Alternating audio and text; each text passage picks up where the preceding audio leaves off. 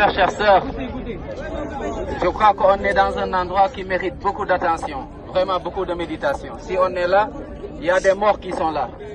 Il y a des gens qui sont morts pour que nous, aujourd'hui, qu'on puisse être dans de meilleures conditions. Donc quand on est dans ces endroits, il y a un petit moment où nous devons vraiment être présents, mais avec nos corps, mais surtout avec nos cœurs.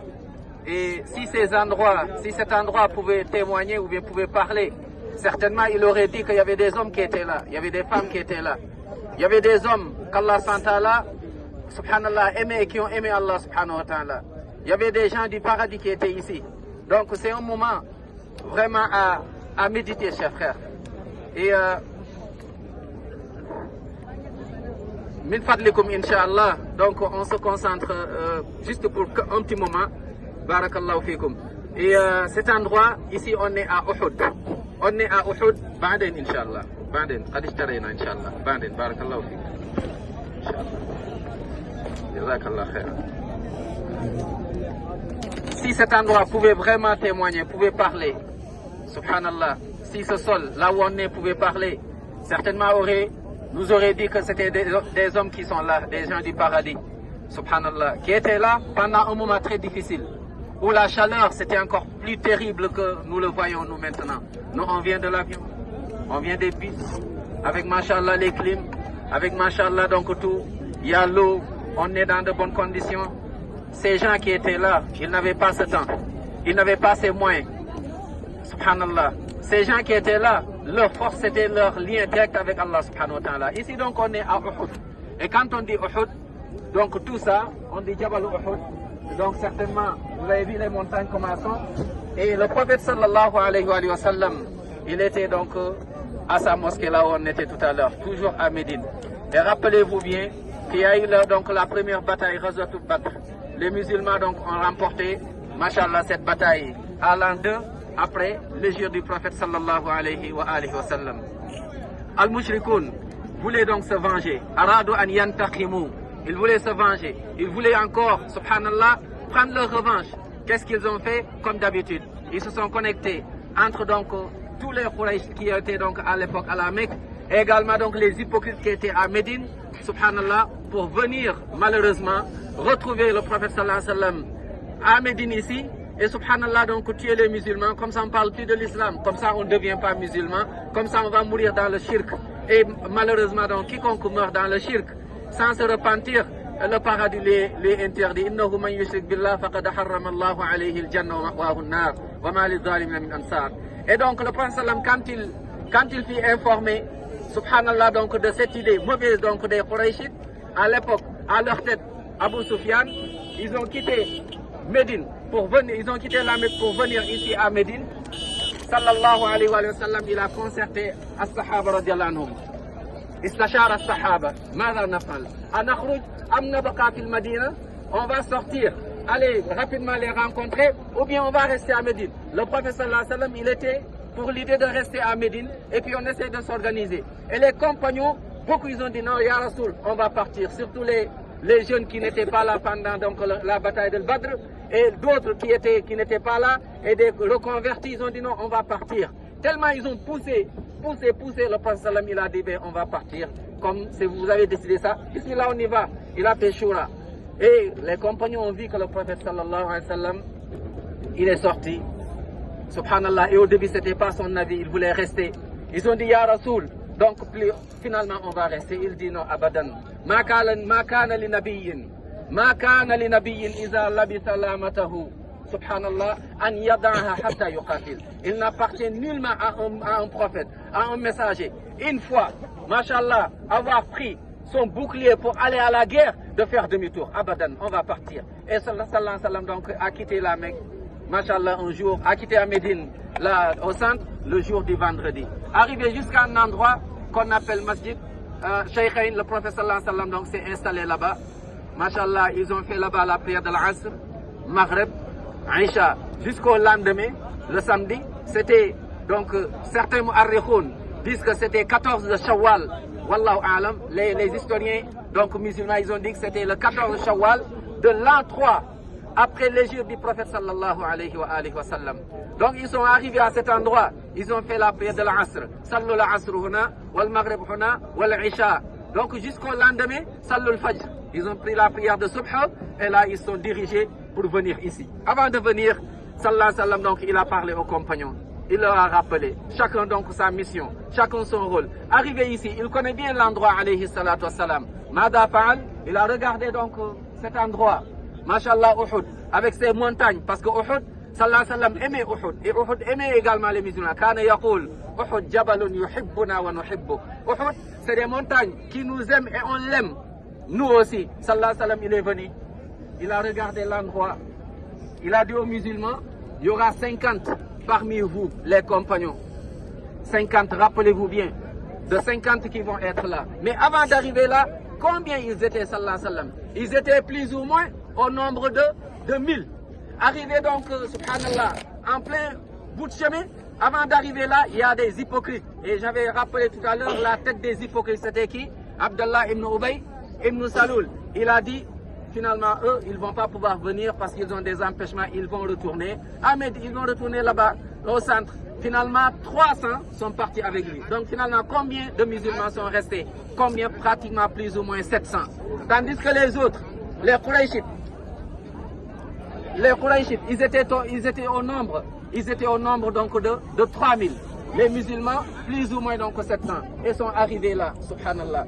Avant d'arriver là, parmi les jeunes qui voulaient assister à la bataille, qui disaient, Ya Rasoul, on va partir. Le prophète sallam regardait certains jeunes, il dit, non, tu es petit, toi tu ne peux pas venir. Et tu les vois, il y en a, ils faisaient comme ça, pour que le prophète sallam les voie, afin donc de participer à cette bataille. Parce qu'ils voulaient faire djihad fi sabilillah, ils voulaient aller au paradis. Ses compagnons, radiallahu anhum ajma'in. Qu'est-ce qu'ils ont fait? Il y a Omar qui raconte, radiallahu anhu, il dit, j'ai vu un des compagnons, subhanallah, Abu Sa'id al-Khudri. Il était encore tout jeune. Le prophète sallam lui dit, Abu Sa'id, toi tu retournes à Médine, là-bas tu vas me remplacer là-bas le temps qu'on revient. Il dit, Ya Rasoul, je voulais bien partir. Il dit, non, reste là-bas parce qu'il était jeune. Omar dit, j'ai vu Abu Sa'id, quand il repartait, je l'ai vu partir avec son épée. Subhanallah, il y avait des traces. Tellement il était petit, l'épée touchait, subhanallah, touchait la terre quand il repartait.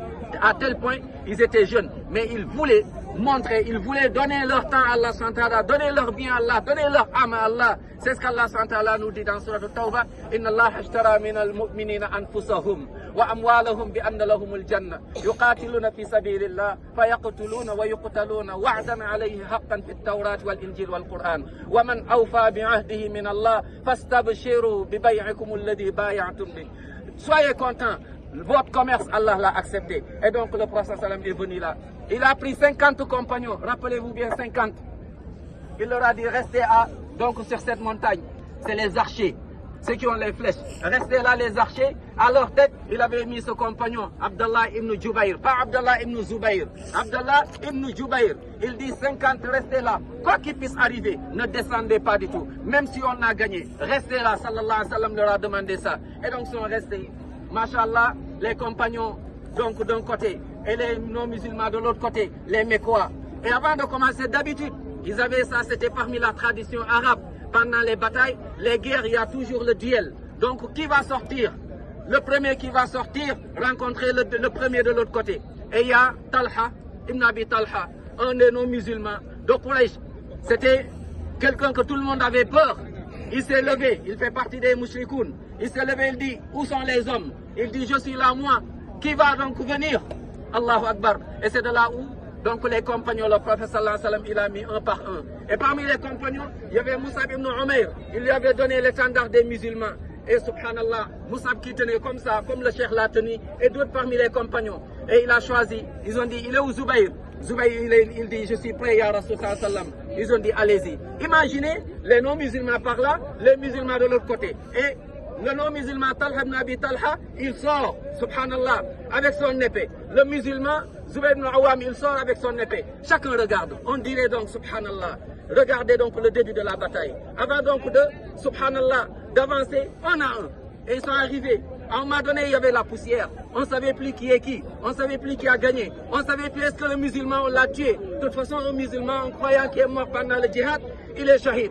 Et là, on entend, on voit, subhanallah, on voit une épée qui sort après la poussière. on voyait à peine, on voit une épée qui sort, accompagné d'une voix en disant Allahu Akbar. Ils ont dit c'est Zubayr, donc il l'a tué. Zubayr a tué donc Talha ibn Abi Talha. Et le prophète sallam, il a dit Allahu Akbar, Allahu Akbar. Il a dit Allahu Akbar, takbir. Allah est le plus grand. Tous les compagnons ont dit Allahu Akbar. Et il y a un deuxième des non-musulmans également qui sort, subhanallah. Et il y a un musulman également qui sort. Le frère de Zubayr, de Talha ibn Abi Talha est sorti. Ali ibn Abi Talib, il est sorti. Donc il y avait Shu'ba. Et là encore les deux, ils ont vu de la poussière. Et à un moment donné, ils ont entendu Allahu Akbar. Ils ont dit Ali l'a tué. Alhamdulillah, donc Ali a tué. Et le troisième, il y a Hamza aussi qui est sorti. Il y a Utba, des non-musulmans. Et Hamza aussi l'a tué. Qui est Hamza? Hamza, l'oncle du prophète Mohammed sallallahu alayhi wa sallam. Et donc les musulmans, alhamdulillah, les duels, ils l'ont gagné. Et là après la guerre a commencé. Ayyul ikhwa. Pendant ce moment, il y avait un des compagnons qu'on appelle Abu Dujana. Il avait l'habitude de mettre son turban rouge. Et les compagnons disaient, dès que vous voyez Abu Dujana avec son turban rouge, sachez qu'il y a une urgence. Soit la vie, imma al-haya wa imma al-maut. Et il a mis ça, il dit, Ya Rasoul, je suis prêt, soit au paradis, ou bien, Inch'Allah ta'ala, la victoire. Imma al-jannah wa imma al-nasr. Soit on gagne, ou bien donc c'est le paradis. Il n'y a pas de choix. Les compagnons, ils étaient prêts. Cette vie, les compagnons mettaient ici la vie. Eux, ils voulaient aller au paradis. Parce qu'ils savaient qu'Allah SWT, ce qu'il leur réserve au paradis. Fiha ma la 'ayn ra'at, wa la udhunun sami'at, wa la khatara 'ala qalbi bashar. Ils voulaient tellement aller au paradis, les compagnons. Ils venaient dire, Ya Rasoul, on va aller au paradis. On veut qu'on nous tire. Et tu vois, il y a un compagnon qui disait, Ya Rasoul, je veux qu'une flèche me touche ici. Ici, et je tiens comme ça, je meurs donc, fils Sabilillah. Dans des batailles, tu envoyais, il y en a qui tenaient comme ça des flèches en disant, Fustu wa Rabbul Kaaba. Je jure par Allah, Alhamdulillah, je suis mort, fils Sabilillah. Est-ce que nous, comment va être notre fin? C'est les questions à se poser. Eux sont morts croyants, sont morts, Allah est satisfait d'eux. Et donc, sallallahu alayhi wa sallam, donc il a dit aux compagnons, et il leur encourageait, allez-y, Inch'Allah, il y a le paradis qui vous attend. Allez-y, il y a le paradis qui vous attend. Hamza, il y a un de nos musulmans, Wahshi. Wahshi, qui était, subhanallah, un esclave à l'époque. Un esclave à l'époque de qui? De Jubayr ibn Mut'im. Jubayr ibn Mut'im qui disait à Wahshi, voilà l'oncle du prophète Mohammed sallallahu alayhi wa sallam. Je veux que tu le tues, si tu le tues, je te libère. Tu n'es plus esclave. Donc lui, il raconte. Il dit, j'avais ma flèche. Je ne cherchais rien d'autre. Il passait entre les gens. Il se cachait, il cherchait juste Hamza. Et il a jeté sur Hamza, radiallahu anhu arda. Et c'est lui qui raconte. Et il y a Hind, des non-musulmans Hind qui disait, à Wahshi, je vais te donner à dunya wa ma fiha, de l'or, de l'argent, si tu arrives à tuer l'oncle de Mohammed sallallahu alayhi wa sallam. Et Wahshi, donc il l'a jeté, subhanallah, il a atteint Hamza, l'oncle du prophète Mohammed sallallahu alayhi wa sallam qui est tombé, donc qui a rendu l'âme qui est mort, alayhi ridwanullah. Il fait partie des gens qu'on a enterrés ici, et d'autres parmi les compagnons radiallahu anhum. Et Wahshi qui raconte, malgré la flèche que je lui ai donnée, malgré la flèche donc qui est, subhanallah, qui est dans son corps, il dit, il s'est levé en venant vers moi. J'ai jamais eu autant peur que quand j'ai vu Hamza, même s'il est tombé, mais j'ai eu peur quand je l'ai vu venir vers moi. Hamza ibn Abdul Muttalib. Et parmi les compagnons pendant cette bataille, il y en a toujours qui montrent à Allah SWT qu'ils sont sincères. Ils se sont battus jusqu'à la mort. À tel point, même le prophète sallallahu alayhi wa sallam ce jour a souffert. Salawatu rabbi wa salamu alayhi. Imaginez le meilleur parmi les meilleurs. Notre bien-aimé alayhi salatu wa salam. Ce jour, ils l'ont cassé la tête sallallahu alayhi wa sallam. Ce jour, ils l'ont cassé les dents. Subhanallah, il saignait Muhammad sallallahu alayhi wa sallam. Ya bi anta wa ummi ya Rasulallah. Le prophète sallallahu alayhi wa sallam saignait. Salawatu rabbi wa salamu alayhi. Et les compagnons couraient autour de lui pour le protéger sallallahu alayhi wa sallam. Parce que s'il meurt, chers frères, c'est fini. C'est là où les compagnons disaient Ma kana Muhammad, Allahu Akbar, wa ma Muhammad illa Rasul, qad khalat min qablihi ar-rusul. Afa in mata aw qutila inqalabtum ala aqabikum. Wa man yanqalib ala aqibayhi falan yadurra Allah shay'a. Wa sayajzi Allahu shakirin. Et parce que les mécréants, ils disaient on a tué Muhammad parce qu'ils ont rencontré Ibn Qami'a, un des mécréants, Ibn Qami'a. Il a vu Mus'ab ibn Umayr. Mus'ab ibn Umayr, il ressemblait beaucoup au prophète Mohammed sallallahu alayhi wa sallam.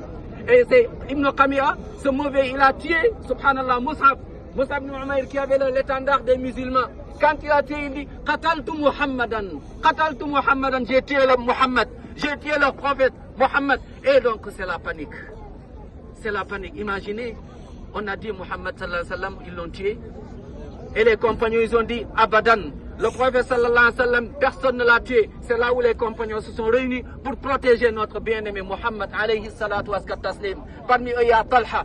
Il y avait des flèches, subhanallah. Il y avait parmi les mécréants qui ont jeté une flèche qui allait tomber, toucher le prophète sallam. Talha a fait comme ça sa main pour l'attraper. Et il est devenu, subhanallah, sa main est devenue immobile, handicapé de main parce qu'il protégeait Muhammad sallallahu alayhi wa sallam. Les hérissons de l'islam, Abu Dujana, on raconte, subhanallah, ses compagnons radiallahu anhum, il y en a, on les appelait, on leur a donné des surnoms. Tellement des flèches, tu ne peux même pas compter combien de flèches, parce qu'ils se mettaient comme ça et les flèches tombaient sur eux en disant qu'il n'y a rien qui doit toucher à notre bien-aimé Muhammad sallallahu alayhi wa sallam. Salawatu rabbi wa salamu alayhi. Subhanallah. Anas ibn Nadr, ce compagnon radiallahu anhu, tellement il a reçu des flèches. Ils ont dit pratiquement plus de 50 flèches. Ils l'ont retrouvé donc dans son corps. Quand il est tombé, on n'arrivait même plus à le reconnaître.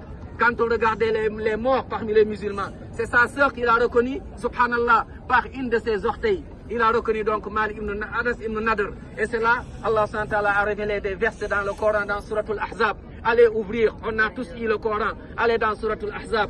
Allez dans Suratul Ahzab. Allah SWT nous parle de ces hommes et de ces femmes. Allah dit minal mu'minina rijalun sadaqu ma ahadullah alayhi. فمنهم من قضى نحبه ومنهم من ينتظر وما بدلوا تبديلا ليجزي الله الصادقين بصدقهم ويعذب الله المنافقين. Allah SWT il dit parmi les hommes, parmi les musulmans il y a des hommes, il y a des femmes qu'Allah aime, qui ont été sincères dans leur engagement avec Allah subhanahu wa ta'ala, comme quoi ils vont soutenir le prophète sallallahu alayhi wa sallam. Et ces hommes donc sont là parmi ces hommes. Allah subhanahu wa ta'ala est satisfait de ces hommes.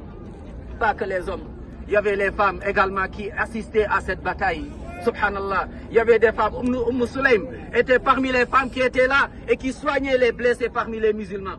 Sulaym qui disait, moi aussi je vais participer parce que je vais aller au paradis. On ne va pas laisser que les hommes, à chaque fois l'islam, quand Allah parle des hommes, Allah nous parle des femmes. Innal muslimina wal muslimat wal mu'minina wal mu'minat wal qanitina wal qanitat wal sadiqina wal sadiqat wal sabirina wal sabirat wal khashi'ina wal khashi'at wal mutasaddiqina wal mutasaddiqat wal sa'imina wal sa'imat wal hafizati furujan wal hafizat wal dhakirina Allah kathiran wal dhakirat a'adda Allah lahum maghfiratan wa ajran azima. Allah il parle des femmes qui étaient là. Où sont nos femmes aujourd'hui? Qu'est-ce qu'on a fait pour Allah? Qu'est-ce qu'on a fait pour l'islam? Quel sacrifice? Qu'est-ce qu'on a donné à Allah subhanahu wa ta'ala? Qu'est-ce qu'on a donné pour que cette religion, alhamdulillah, de notre tour aussi on participe? Donc Sulaym, elle faisait partie de ces femmes qui soignaient, subhanallah. Nasiba bint Ka'b était une femme qui était partie parmi les hommes même qui protégeaient le prophète en disant personne ne va toucher Rasoul sallallahu alayhi wa sallam. Ça c'était des femmes. Même pendant encore d'autres djihad, il y avait d'autres compagnons tels que Hansa. Rappelez-vous bien de cette femme. Hansa, pendant une djihad, il a perdu ses 4 enfants. Subhanallah. Les gens disaient, quand on revenait vers Hansa pour lui parler de ses enfants qui sont morts dans un djihad, dans une bataille, on ne savait même pas comment lui dire. Ils lui ont dit, Hansa, ton fils est mort. Hansa, ton fils est mort. Hansa, il a dit, où sont mes enfants? Ils ont dit, tous sont morts. Il dit, c'est pas grave. Walakin ayna Rasulallah. Il est où le prophète sallam? Est-ce qu'il est vivant? Est-ce que le prophète est vivant? Ahayyun Rasulullah, il est vivant Rasul sallallahu alayhi wa sallam. Ils ont dit nam. Il dit alhamdulillah, je remercie Allah subhanahu wa ta'ala qui m'a donné des enfants et qui a repris mes enfants dans la ilaha illallah Muhammadun Rasulullah. Ici il y a l'ikhwa, chers frères, donc ici c'est Ghazwat Uhud. Il y a toute une histoire qui s'est passée ici. Des hommes étaient là, des femmes étaient là, qui avaient aimé Allah, qui aimaient Rasul sallallahu alayhi wa sallam, qui ont tout donné à Allah. Parmi ses compagnons, il y avait Omar, Allahu Akbar, Omar ibn Yazid ibn Sakan. C'était un jeune compagnon, subhanallah, qui faisait partie des 7 qui protégeait le prophète sallallahu alayhi wa sallam. Quand ils l'ont tué, subhanallah, il y a le sang qui coulait. Il tombait. Il rampait doucement jusqu'à arriver au pied du prophète sallallahu alayhi wa sallam. C'est là où il est mort. Le prophète les a regardés. Il a fait des doigts à ses compagnons. Allah SWT a révélé des versets. وَلَا تَحْسَبَنَّ الَّذِينَ قُتِلُوا فِي سَبِيلِ اللَّهِ أَمْوَاتًا. Ne croyez pas que ces gens qui sont morts là, en apparence, ils sont morts. Allah dit, sont vivants au paradis. Sont vivants au paradis.